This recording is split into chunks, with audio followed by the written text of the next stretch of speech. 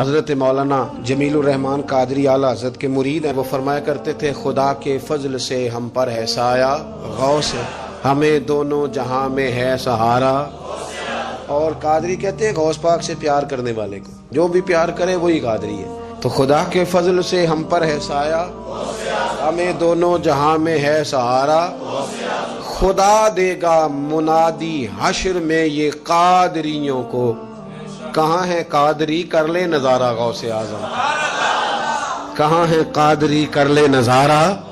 اور پھر فرماتے ہیں جمیل قادری 100 جاں سے ہو قربان مرشد پر. اپنے شیخ کی بات کرتے ہیں، جمیل قادری 100 جاں سے ہو قربان مرشد پر، بنایا جس نے مجھ جیسے کو بندہ غوث اعظم کا.